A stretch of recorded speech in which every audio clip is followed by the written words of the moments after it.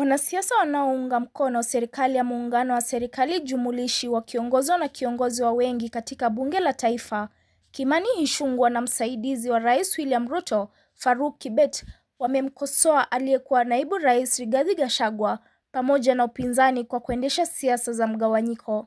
Watu ya Bungoma mnasema aende akuje. Yeye anaweka mbele ukabila. Anaweka mbele shares. Anatuambia yeye ni maumau. Anatuambia yeye sijui alikuwa nini. Nyinyi mwahi kumuona hapa Kibilili? Hapa tu mahali tuko mmemwona yeye.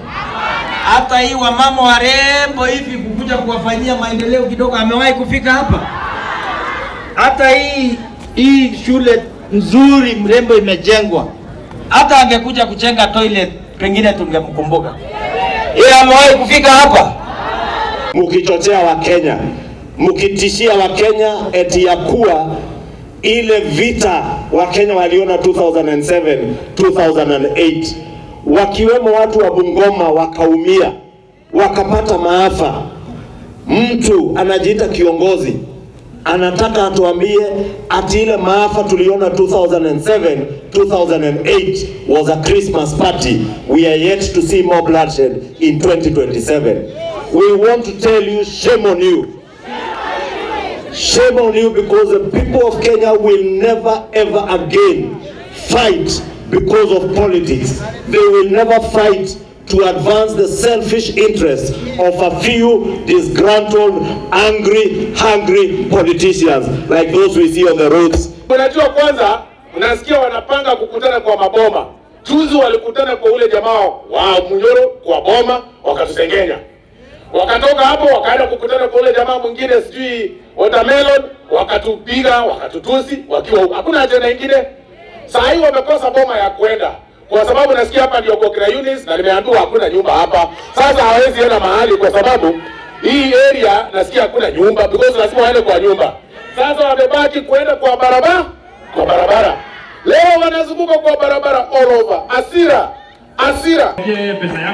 Kwa jina la kuinua vikundi vya kina mama kiuchumi, viongozi wanaounga mkono Rais William Ruto wanaendelea kurindima siasa ya miaka 2 kabla ya uchaguzi. Hii leo wamepiga kambi katika eneo la Kamkuyu wa eneo bunge la Kimilili, kaunti ya Bungoma.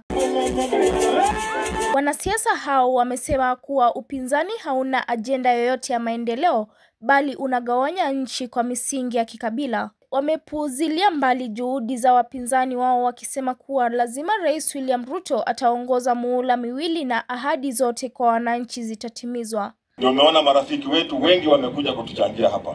Kutoka Taita Taveta, kutoka Kisii, kutoka kila mahali. Kama hauna urafiki hauwezi kupata vitu kama hizi. Kama hauna uhusiano mzuri, Mheshimiwa Rais hawezi kukupatia kitu chochote. Barabara ya kutoka bandari ya Mombasa ikuje ipite hapa Kandui iende mpaka Malaba. Hii barabara ndiyo kitega uchumi ya Kenya. Inaitwa Economic Artery of the Republic of Kenya. Ndio inapeleka mizigo Uganda, South Sudan, Rwanda, Burundi, Kongo na kwingineko. Lakini katika viongozi wote wa nchi hii, kuanzia hayati Jomo Kenyatta, Rais Mwai Kibaki, Uhuru Kenyatta, hakuna yule ambaye ameangalia hii barabara. Ndugu yetu kutoka hapa Kandui mpaka pale Malaba, kila wakati kuna mshikamano wa magari. Yule kiongozi ambaye ameangalia barabara hii na amesema ataitengeneza si mwingine ni William Samoei Ruto. Yule mama mwingine sijui Martha Karua anakaa sura ya rais kweli? Huyo mtu likitia anakaa sura ya rais? Nani basi? Hebu tuambie ni nani? Angalia tu hiyo watu wote uniambie nani anakaa sura. Yaani wenye wewe proudly unaweza simama useme my president ndio huyu. Angalia hiyo sura.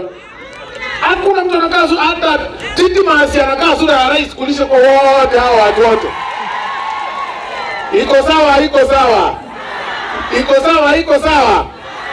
Tunawaambia wacha hasira. Bunge wa Kandui John Makali amesuta mahakama kwa kuingilia kazi yao kama watungaji sheria, akisema kuwa kwa sasa taifa linahitaji uwepo wa tume ili kufanikisha chaguzi ndogo.